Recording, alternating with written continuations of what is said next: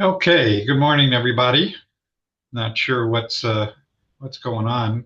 Expected to see more people this morning, um, and they're going to miss out because we've got some great presentations this morning. Um, and so let's just get started here with a couple of announcements. First of all, we're not going to meet on the 14th. My wife is going to be having surgery early in the morning, and so I will not be available for that meeting. On the 7th, I believe, and I have to confirm again this morning, but I believe on the 7th that Carlos Contreras, the director of the Office of Economic Opportunity, is going to be here to talk to us about what they're doing, talking about what kinds of things we think need to be done with regard to our particular interest in workforce development and so forth. So that's going to happen. I believe we're confirmed on the 7th. So that's just a couple of things that I wanted to mention. And let's see what else. See who else is here this morning. So let's just jump into it. So this morning we're going to hear from Scotty Ward, who's the founder of Cybersecurity Sensi Mentorship Program, and also has a really amazing and phenomenal cybersecurity background.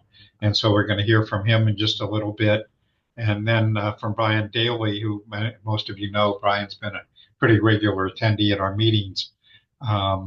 And he's with the AT&T. He's a fellow and an associate vice president with AT&T with wireless technology and standards. And he is going to give us a little more of an update on what's happening, particularly with the big bill and the impact for wireless and so forth. And then he's also going to talk to us about some of the major investments that AT&T is going to be making here in Arizona. So we're going to hear about that. And then I don't think Lucy's here this morning, so we probably won't hear from her from the Force for Health. So that's kind of the agenda for this morning. And oops, I forgot one of the most important things.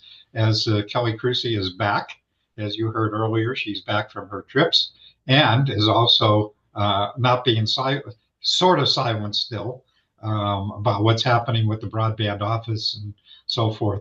And so, actually, Kelly, I'm going to turn it over to you, and you want to give us a quickie update and just a Sure. reminder that there's some things that Kelly can't talk about, and I'm sure she'll mention that.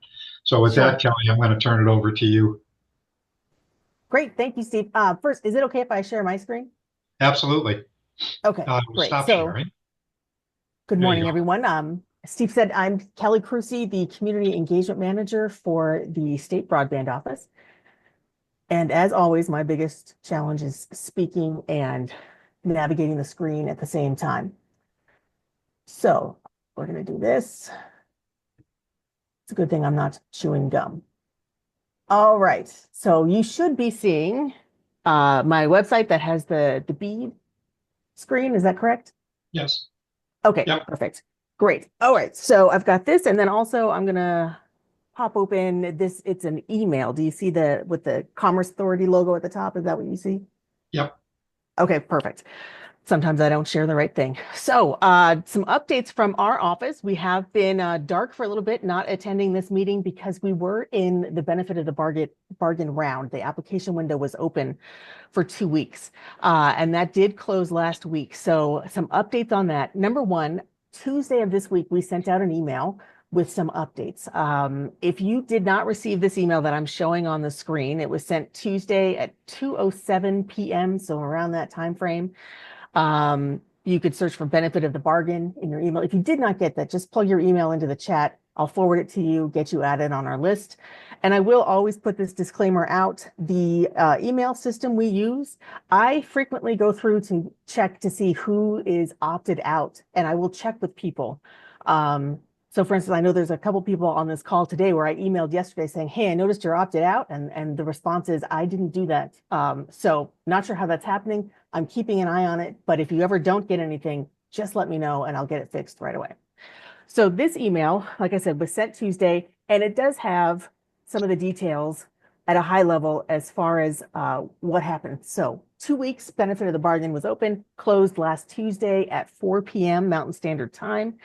And we did receive 206 applications total, which was great. And we received an application for every project area in the state. So that is full coverage that was picked up. And we're talking all technologies. So this is, fiber, hybrid, um, satellite, that includes everything. And so now what happens is we are starting to go through all these 206 applications, and they were submitted by 28 different entities. So 28 different providers submitted these. We do have that list on our website of who was eligible to apply. If I go back to the website here, I'll show you where that was. Kelly, while you're looking for Yeah, that, I will send you, I did find the email that you guys sent, and I will forward that this morning. perfect. Okay, so on our website, and I'll put this link in the chat. Right here, I'm showing where we have the list of pre-approved and eligible applicants. And so this is an Excel sheet. You just click on that and download it, and you'll get the list of everyone who was eligible to apply. I think there are 30 or 31 names or applicants on there. And in the end, we received from 28. So not everyone who was eligible actually submitted an application. But now our next steps are this. Obviously going through these applications, and then we need to start having conversations with the bidders essentially. So going into review and negotiations for this, and with the new restructuring guidance, we have such a limited timeline to do this, as does every state. So we're still working up against that September 4th deadline of submitting that final proposal. And go working backwards from that, we know that our application review, negotiations, we're expecting all of that to hopefully be done by August 15th. And then we've got about 10 days to finalize things and get our final proposal draft written, and then open that up for public comment. And so the dates that I'm showing on the screen here, August 25th through September 1st, 7 days is the requirement for public comment. So those are the dates that we're looking at. We're still determining the functionality of that, like what mechanism we will use. Most likely it will be on the website. That's my guess, but I'll keep you updated on that. And again, that's where everything is in that. So when we are submitting that final proposal, that's where you'll be able to see, who submit applications, what applications were selected or preliminarily selected, because again, all of this is preliminary and provisional based on NTIA approval. So we open that up for public comment on the 25th, close that on the 1st, and then by the 4th is when we have to submit that final proposal. And then it goes to NTIA. And our understanding is NTIA has 90 days to review that and approve or send back changes, whatever that might be. So that's kind of what we're working up against right now.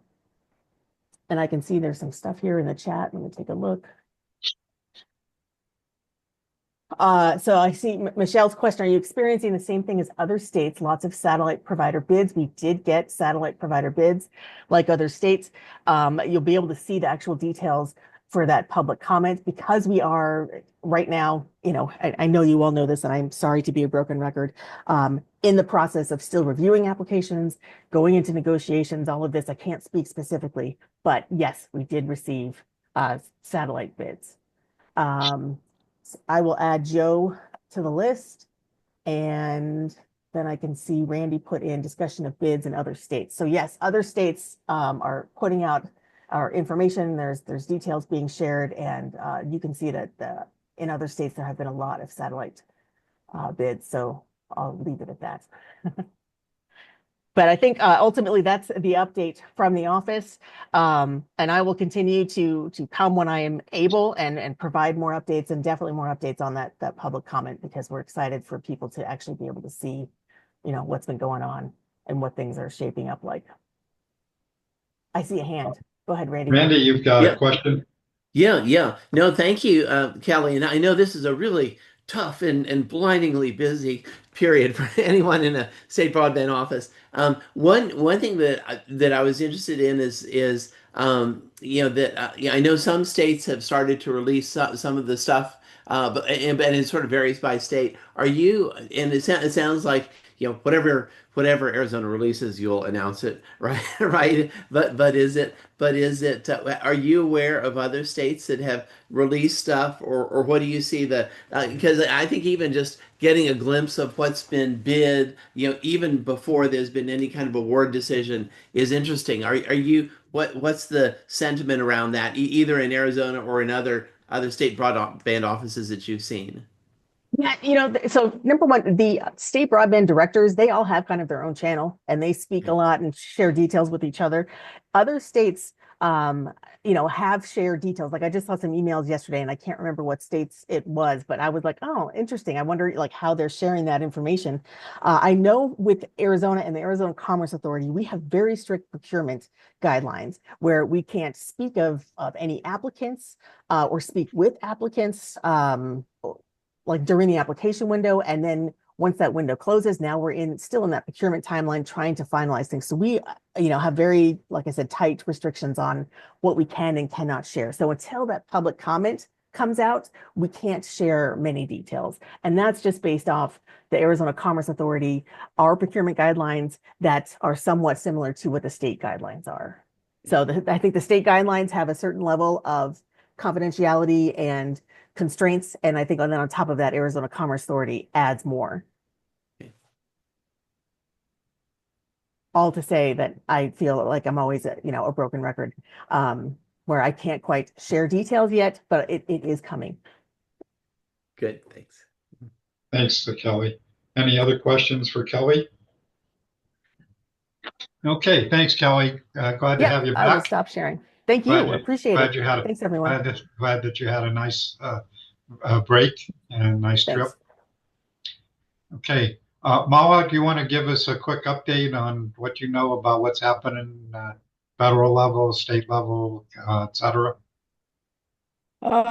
Really, honestly, nothing, no updates because everyone's on vacation, looks like.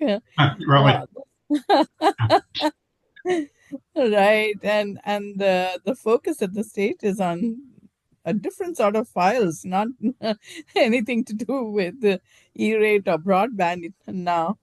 We're still awaiting decision on the hotspot and the Wi-Fi program. None of the applications for hotspots or Wi-Fi on school buses has been approved. So it's status quo right now. Okay. Thank you. Any questions for Mala? While we're talking about the state library, Anthony, do you have anything you want to share this morning? No, Mala pretty much said it. We're just kind of working on different stuff right now. Hopefully I'll have some fun stuff to share in a couple of months, but just working on it right now. Okay, thank you. Okay, Michael Kendall, are you on? I was just going to look and see. I don't think he's here this morning. Okay, well, let's just jump into our program. I am very pleased to welcome Scotty this morning.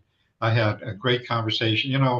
When I get to plan these things and spend time with potential speakers, it's just very illuminating to learn about what people are really doing and so forth. And when I had a chance to talk with Scotty, I was just blown away and looking at his background. So how's that for an intro, Scotty? My goodness. I'm all done.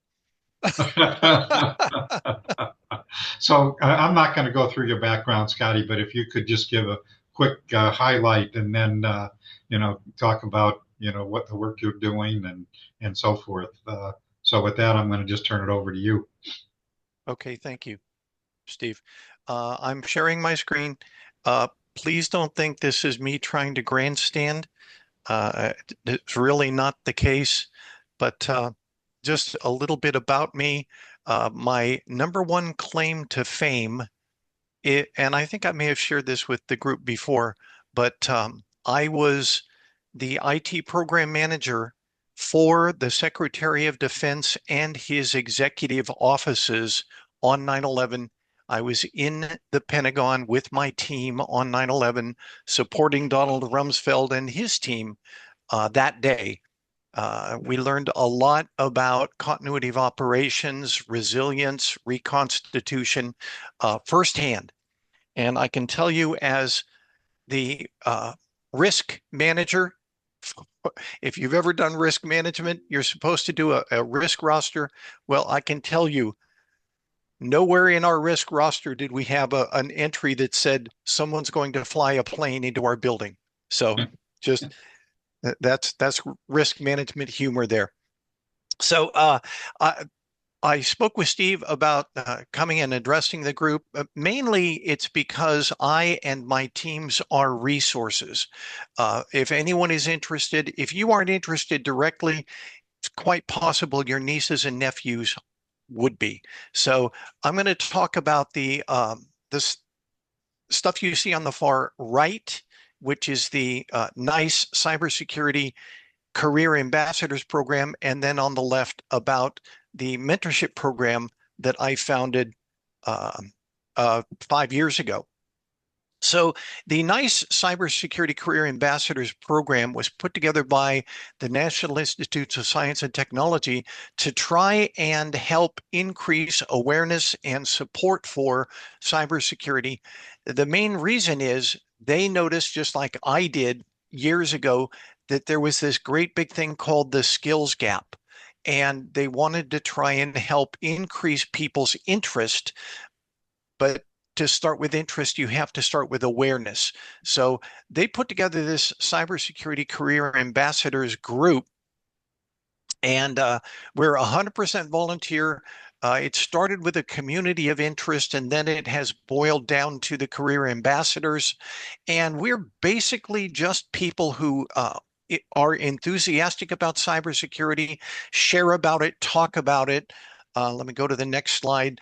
If you notice the second bullet down there, we help demystify careers in cybersecurity. For example, when I joined the Air Force about 100 years ago, I said, I want to fly jets. Well, I didn't end up flying jets.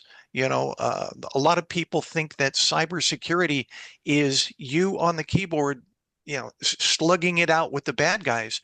And in many cases, that is just not how cybersecurity is applied these days. So we try and help with that. And we also support programs, activities, do a lot of informing, just sharing about cybersecurity. And my role, I didn't mention this, I am the West Region or Region 4 coordinator for this, which means I'm responsible for the ambassadors in 13 Western US states. And so if anybody has any interest in, well, for example, in October, there is Cybersecurity Awareness Month, and the October 20th through the 25th is actually Cybersecurity Career Week. I can help marry an organization or group up with a nearby ambassador who can come and share about cybersecurity, what it is, why it's enjoyable, why people should consider trying to get jobs as ambassadors, or I'm sorry, as cybersecurity professionals, etc. It's just talking up the career field. This is the region that I'm responsible for. Again, everything Colorado and West is my group. And in fact, I have a meeting tomorrow morning where I'm going to be, meeting these people, few hundred ambassadors located around these Western states. And we're hoping to make it even more, so that if anyone, a school, a club, an organization is interested, we can dial up there's actually an ambassador finder that we're going to be populating, where you can put in your zip code and it will show you your nearby ambassadors. So that's what we're planning on doing soon. Also, and this is the other thing that I wanted to share about. Oh, let me see it. Somebody is bringing chats. Oh, okay, just a thumbs up. Thank you. I am also, when I got out of my job as a contractor and went back into federal civil service in 2019, I notified our ISSO that I was going to be founding a cybersecurity mentorship program. And her response to me, has been just stuck in my head. She said, "Oh, good, because we're hiring all the wrong people." And basically what she meant by that is people aren't taught ethics these days. They aren't taught why they're defending. They're taught the techniques. They're taught that it's all sorts of, interesting, people are doing movies about it and everything. But I'll speak personally. I am mentoring because I want to make sure that my retirement funds are safe.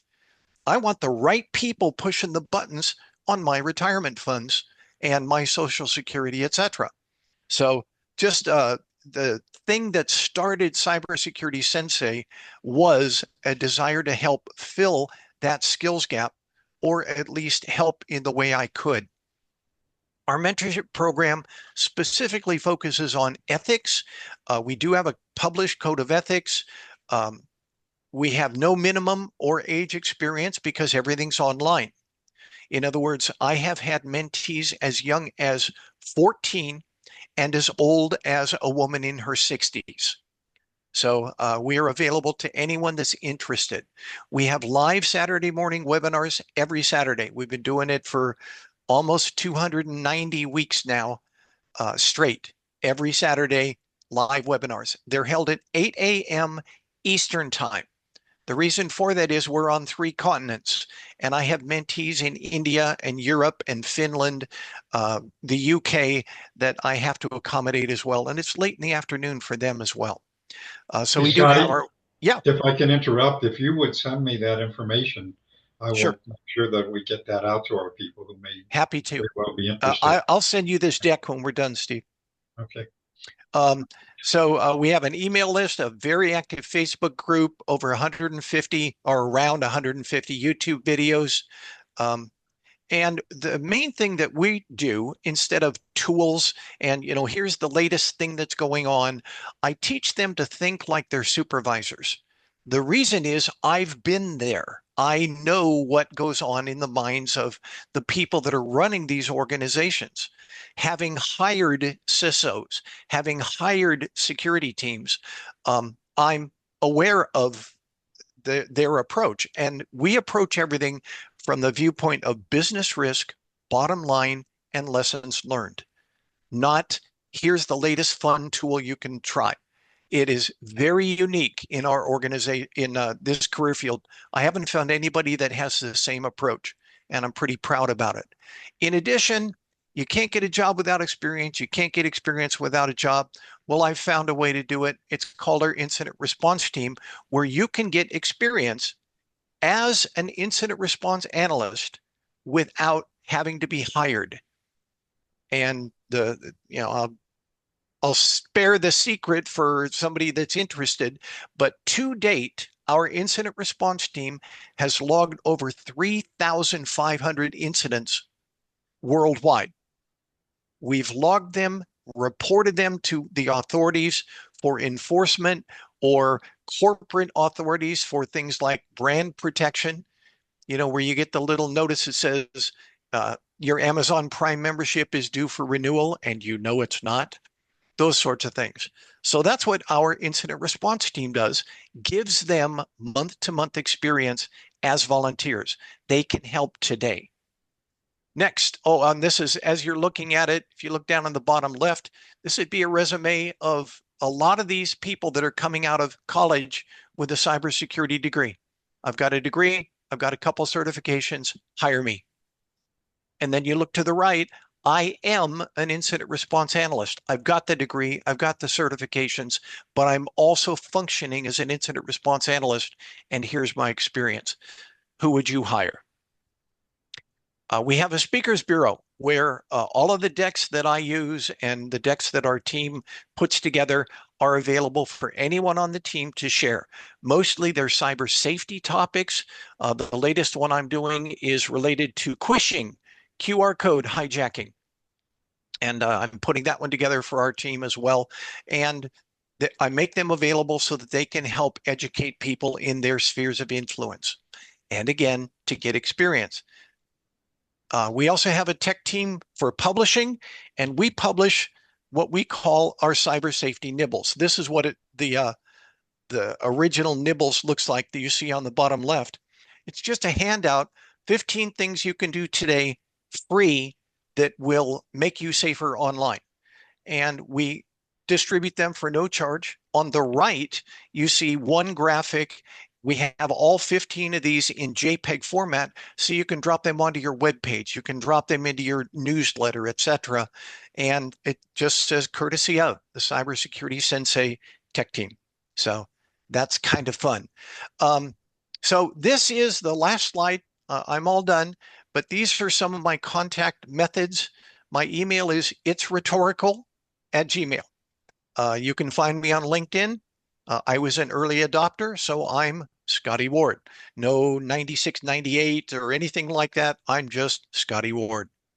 And then our Career Ambassadors Community of Interest has a Facebook place. And I also have a Facebook group for the Cybersecurity Sensei mentorship team. If anyone's interested, please contact me and I'll be happy to help. Any questions?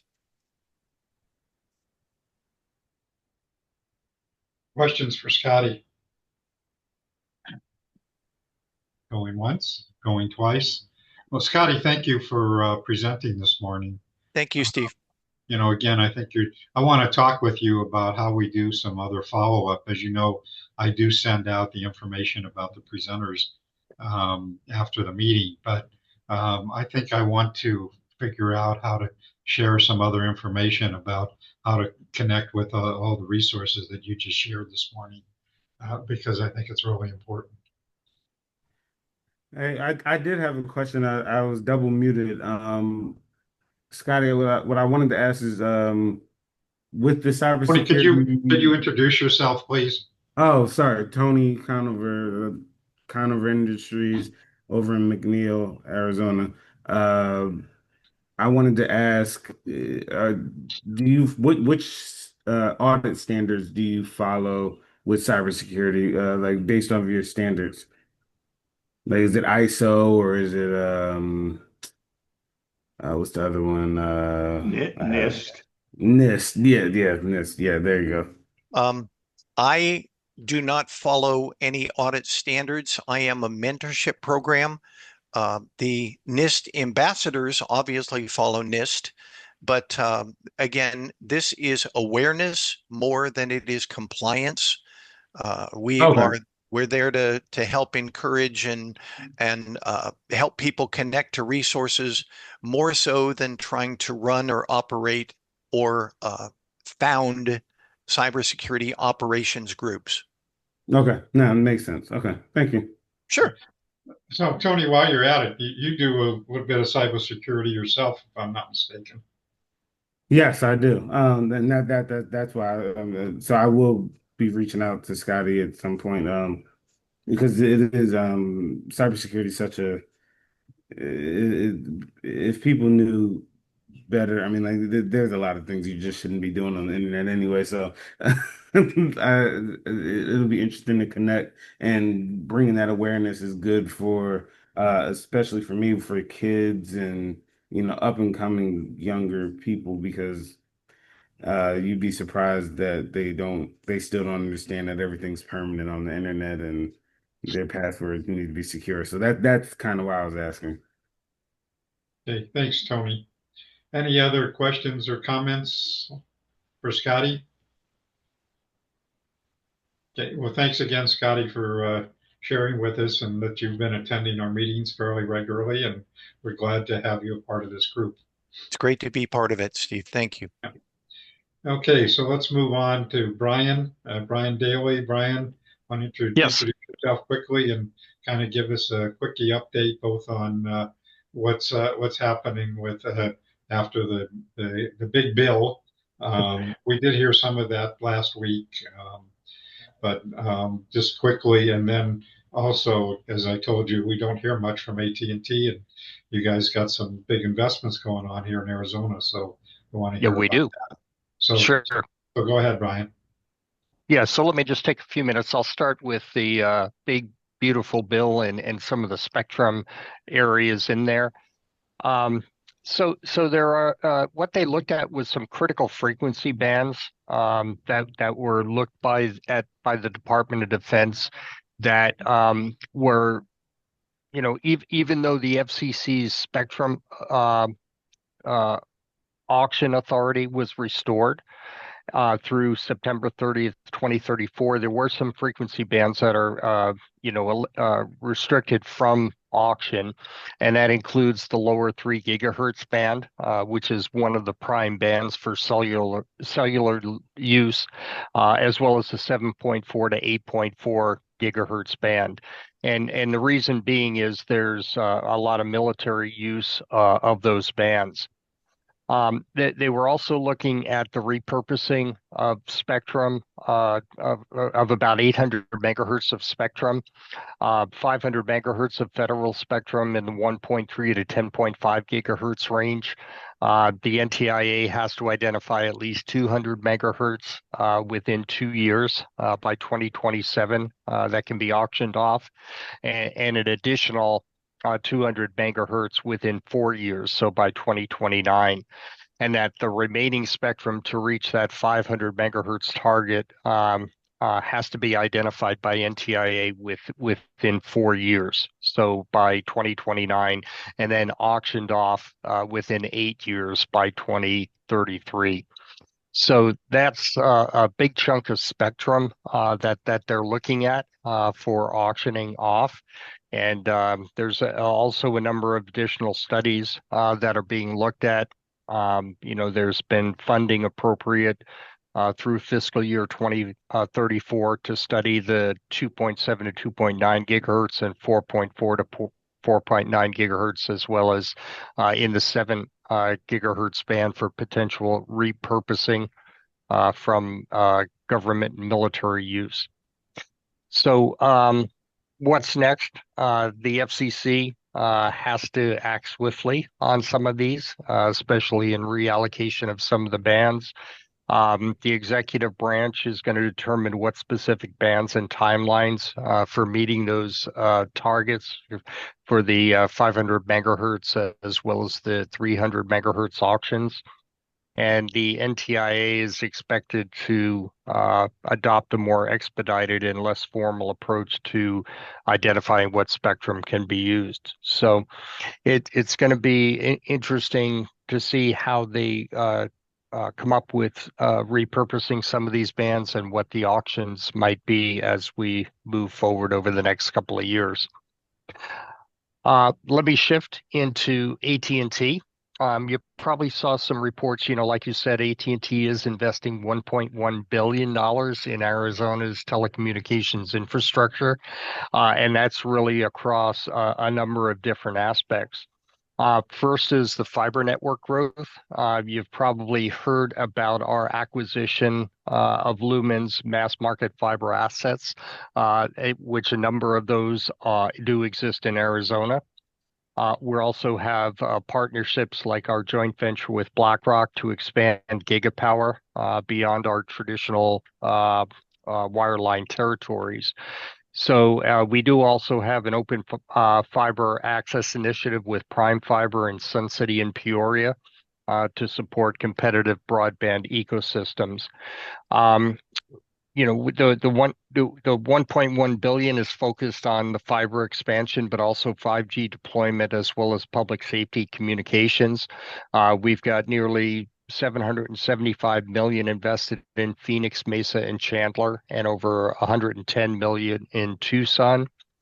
Our mass market deal will really expand our fiber footprint as we look to the acquisition of Lumen. And then, as I already mentioned, this BlackRock and partnerships with Prime Fiber will give us open access fiber and competitive broadband markets. We also are modernizing our legacy networks.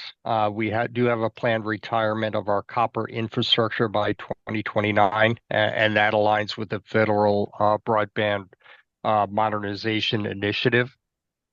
As far as 5G deployment, we do have a comprehensive 5G footprint covering 99% of Americans, and we do have extensive coverage in Arizona, both in urban as well as rural areas. We are boosting capacity in high-density venues like Phoenix Footprint Center, and we're expanding rural connectivity. And also, we do have fixed wireless home internet via AT&T Internet Air. And we are collaborating with AST Space Mobile to further explore satellite integration for remote and underserved regions. And in FirstNet, we have deployed over 1,500 Band 14 sites across nearly 260 Arizona localities. This, is part of our $8 billion investment in partnership with the FirstNet, First Responder Network Authority, the government side of the FirstNet. We also, that does expand the dedicated public safety network for mission critical communications in those agencies and communities, including Bullhead City, Cottonwood, and Sierra Vista, and do support statewide emergency preparedness and response. In digital inclusion and community impact, we do have a $5 billion commitment since 2021, including $3 billion pledge to 2030 to close the digital divide. We do have partnerships with organizations like DigiUnity and Chicanos por la Casa that are facilitating digital equity efforts, including distributing laptops to families in rural Arizona, as well as addressing barriers to connectivity and digital literacy. So that's quick summary, a number of initiatives that we have going on in Arizona, a lot of investment in Arizona, a lot of fiber build-outs coming in Arizona communities. Great. Questions, comments? Brian, as always, it's good to see you. Randy, did you have something? Oh, I did. Yeah. So actually, tons of great information there.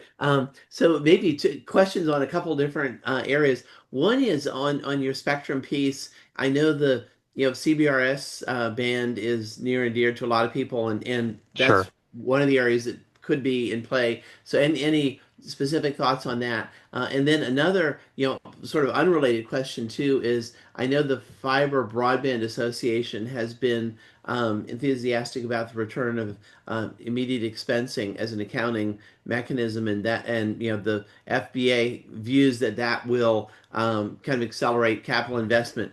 So interesting if you had a perspective on that and how a fiber provider is investing, how that's likely to influence plans. Sure. Yeah, no, definitely on the fiber investing portion, there are huge investments to expand the fiber networks.